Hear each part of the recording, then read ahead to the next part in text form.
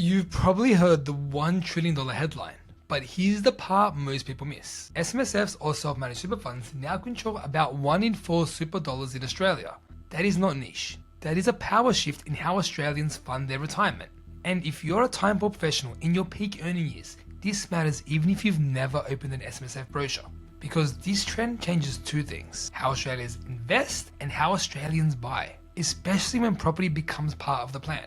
Today, I'll break down what the 1 trillion milestone actually means, why SMSFs have grown so aggressively, and the smart way to think about it if you're planning a calm retirement strategy. If you like practical number-based property and money breakdowns, hit like and subscribe. Because the biggest risk for high income households isn't lack of options, it's a lack of framework.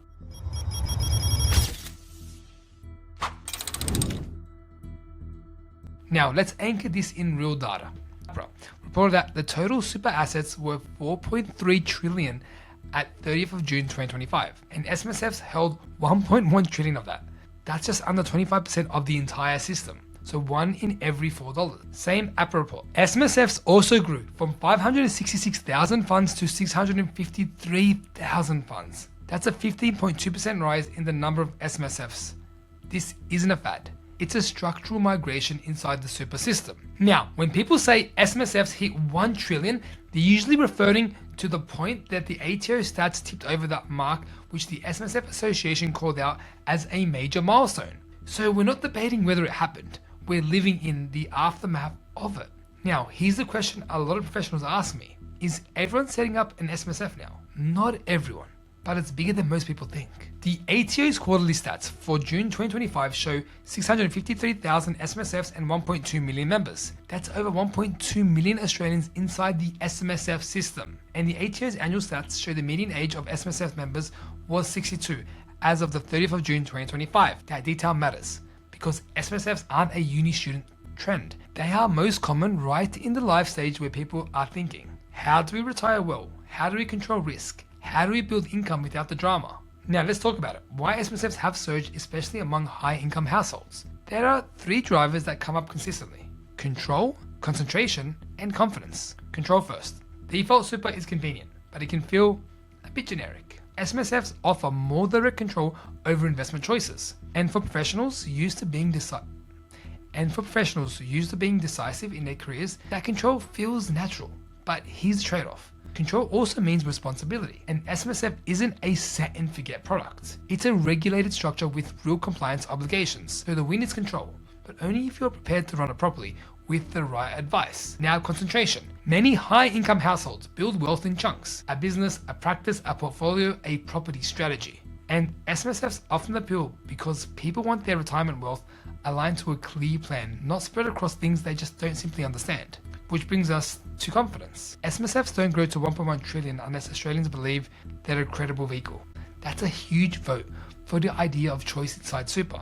Now let's make this practical for you, because the headlines 1 in $4 can feel abstract. So here's the way to translate it.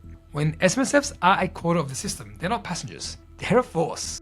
A force in markets, a force in advice, a force in property decisions. And that last one matters more than ever because a lot of SMSF members eventually ask, should property be part of the retirement plan? Now, quick boundary, I'm not giving financial advice here. SMSF strategy belongs with a licensed advisor and your accountant because the rules, they matter.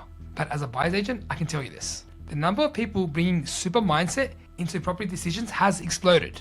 More structure, more documentation, more patience, and a bigger focus on long-term outcomes over short-term hype. That's genuinely good, but it also creates 2 big traps for high-income households. Trap number 1, confusing big system with good idea for me. Just because it's hold 1.1 trillion doesn't mean an SMSF is right for every household. The admin, compliance, and the investment discipline have to suit you. And trap number 2, using property as a shortcut. Property can be excellent inside a long-term plan, but when people are busy, they sometimes rush to buy something because it just feels tangible. That's how good income turns into a bad asset. So what does the 1 trillion milestone mean for you? If you're a doctor, lawyer, executive, or a business owner thinking about retirement, it means you're not alone in wanting a clear plan with more control. But it also means the bar is higher because the SMSF world is now crowded with smart people. And smart people compete for quality assets. So your advantage is not being early. It's being precise. Let me give you a simple framework that high-income households actually use. 3 questions. Question number 1. What job does property do inside our plan? Is it long-term growth, income stability later, diversification, or a mix? If you can't answer that, then you're not ready to choose an asset. Question number 2. What time horizon are we playing? 5, 10, 20 years? Because retirement planning punishes short timelines. You want moves that still make sense when life is boring. Question number 3. What is the risk we can actually tolerate? Key. Not paper but in real life. Vacancy risk, interest rate risk, liquidity risk, concentration risk. High-income households often underestimate concentration risk because they're used to handling the stress at work. But financial stress hits a bit differently when it's your family's plan. Now let's circle back to the milestone. The reason the 1 trillion moment is so important is simple. I'm telling you, Australians are voting with real money for more control over retirement. And as APRA's numbers show, the vote is now roughly 1/4 of the whole system. So if you're in your prime earning window, the opportunity isn't just, do I set up an SMSF? The opportunity is, how do I build long-term wealth plan that I actually understand and can stick to without getting distracted? And if property is a part of that plan, the game becomes buy the right asset in the right location at the right price with the right holding power. That's where people either quietly win or quietly bleed through small mistakes. So here's the practical takeaway. The 1 trillion milestone doesn't mean you should rush into an SMSF. It means the smartest Australians are taking retirement seriously. And you should too. With structure, with advice, with a clear framework. If you want help on the property side, working out what you can afford, what locations stack up, and what type of asset fits a long-term plan, book a call with a Liberty Buyers agent. We'll help you build a calm, data-backed strategy so you're not guessing with your biggest decisions. The link to book is in the description. And if you want more episodes like this, hit like and subscribe, because the next decade, it will reward busy people who build with a plan. See you on the next one.